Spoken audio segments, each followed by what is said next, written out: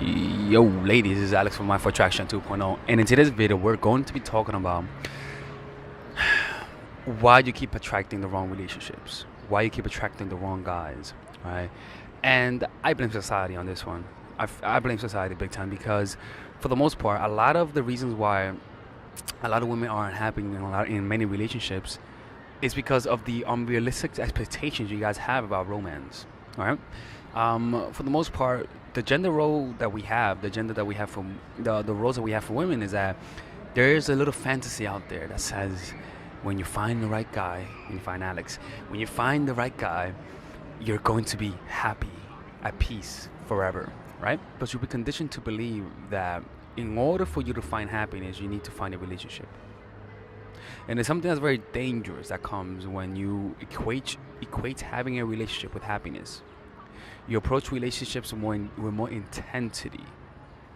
Everything that happens matters more, and it's more difficult for you to let go of the things that happen. Why is this a problem? Simple.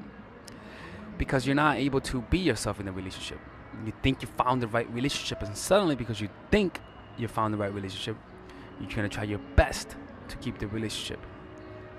That even comes into play, that manifests itself when you capitulate to your own standards to meet the other person's standards, because you want to keep this fantasy going.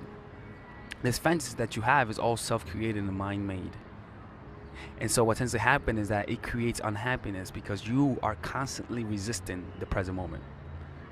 You're noticing that there are signs that the relationship might end and that the guy's bad for you, and because you want to maintain this fantasy for your own sake and to maintain impressions, that you allow yourself to be unhappy in it.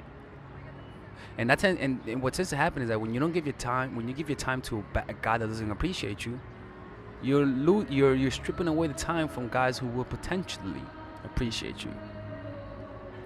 And this is kind of sad because a lot of women are desperately, not desperately trying to find someone, but desperately trying to find happiness. It just happens to manifest itself through wanting a relationship. So something that I always tell people is that when you find yourself trying to find happiness in relationships, the best thing to do is not to try harder, but to literally stop. Allow yourself to experience that one thing that you're trying to avoid, which is the loneliness. Allow yourself to experience the pain of being alone. Allow yourself to experience what it is to not have your fantasy fulfilled. Because what tends to happen is that when you're trying to live a fantasy, you end up unhappy because this fantasy is what it is, an unrealistic fantasy. You're constantly going to be resistant, constantly comparing your relationship to other apparently better relationships. And so you're gonna be measuring your life, your standards, the current life situation on an unrealistic standard. And happiness is a function of expectations. And when your expectations are too high, your happiness level is gonna be very low because you're constantly resisting. This will also cause you to look through the red flags that guys put out there. You see that he has a certain temper. You see that he has a certain quality trait that you find repulsive, but you forgive him for that. You suppress it. And you say you're a good person, and you don't do nothing about it. You see those negative signs. That he's very flirtatious, and like just doing things that is not right for a guy to do, but you just ignore it. You find a way to justify it, to back or rationalize your decision. And so that slowly eats away at you. Slowly that deteriorates your sense of self, where you end up becoming a corpse that constantly needs to be revived through this person's validation. Because this person's validation is what keeps the fantasy alive. And the person knows that. And because he knows that he has your fantasy in his hand. Because the truth is that it's not that you're trying to find someone, it's that you're trying to find yourself vicariously through somebody else. And a lot of women are in that trap. They want to find, they believe that having a relationship will make them happy. And when the relationship makes them unhappy, then they try to fix the relationship. and it's a pattern everyone goes through because the quick fix that you get from having an argument and then returning to the person, it feels good. You get a rush of dopamine and it feels very real. But like I always say, the cure becomes worse than the disease, wherein it does help you out, but it slowly eats at you, slowly corrodes you. So, what you have to do is just step out of that pattern, break that pattern completely by becoming aware of your need to be happy through men. I know I talk about this often. I know I repeat almost the same thing. Somebody told me, they were like, stop talking about this subconscious crap, right? But it's necessary. If you haven't applied any of these things that I'm talking about, I'm going to keep repeating it over and over again. It's not about finding a guy. It's not about using tactics to make him want you, to make him chase, to make him desire you, to make him lust after you. It's about you finding happiness within yourself. You're better off. It's about you finding out that getting the guy doesn't make you happy. What I want you to do is not try to fulfill that need through thoughts and emotions, to promise yourself that that one day you'll find the right guy, because once again, you're in that same pattern. What I want you to do is allow those thoughts to arise, but take a step back and observe them. Feel as though you're listening to the radio of your mind. You just listen to the radio. Fuck. I cannot wait to find a relationship so I could be happy. Once I find Alex, I'll finally be happy. Just notice it. Or notice the physical sensation of your experience of loneliness and desire for a man. Just feel that emotion through writing down the physical sensation of that experience. Literally just slow down and slowly write down what physical aspect is there to this emotion of loneliness. Notice if there's any tension in your body. Notice where your awareness is. And the more you do this, the more you're going to create that space between yourself and your thoughts and emotions. And what's going to happen is that out of that is going to arise a natural desire for either a relationship or to be alone.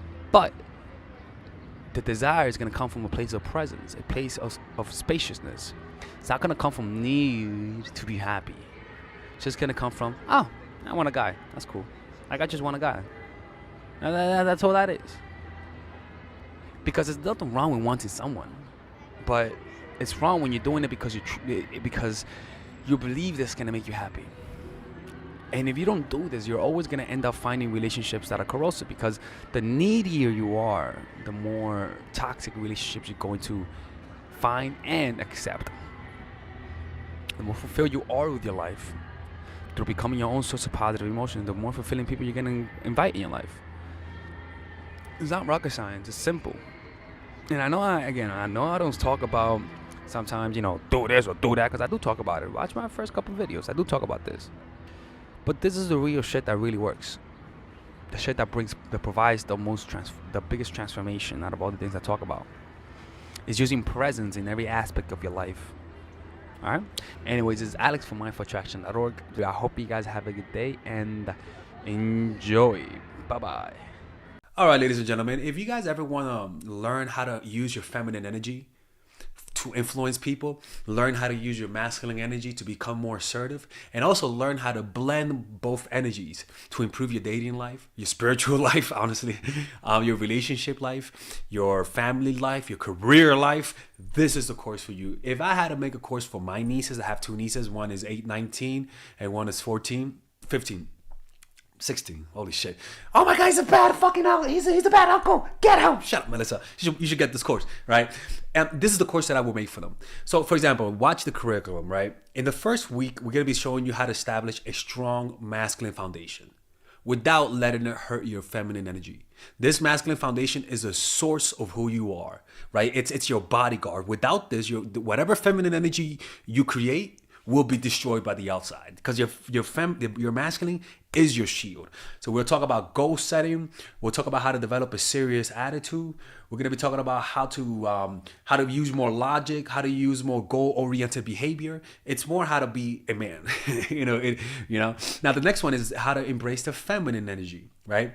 This one will teach you about how to minimize excessive masculine traits, developing self-awareness, healing abundant feminine energy, regulating your emotion, mastering voice qualities and facial expressions, surrendering control, and allowing pain to be felt. This is honestly, this will supercharge, like Kaioken, your masculine energy. After that, we have femininity in the workplace and how to be feminine in the workplace without letting people take advantage of you, and the nuances of how women on power should behave versus women who are subordinates in the workplace, and even the dress code. This is based on psychology, people. It's kind of insane. I'm actually excited about this one. The next week, we talk about navigating the labyrinth of male and female friendship. And this, a lot of women find confusing, so we talk about that. And how to identify envious friends, how to identify the good friends, how to keep male friends, and how to keep female friends. Week 5, we talk about how to release the burden of the past and stop and destroy mental projections. This is actually really powerful. And then week 6, we talk about how to increase your observational power so that you could read people better. And we have a bunch of bonuses. The course starts at $99, and you guys can pre-order the course today at $69 before it goes out. If you're watching this, most likely I'm in the meditation retreat, so I will be praying for all of you guys. And just click on the description down below of the video. Right there, you'll see it, and you could pre-order that course. It's gonna be out by the end of next month or the beginning of February of March. One of the two, people, because I have a 10-day retreat to do, and I want to finish the course after the retreat, because I think the ideas are gonna be so much better. All right, man. I'll see you guys later. Pre-order, man. I'm closing the channel.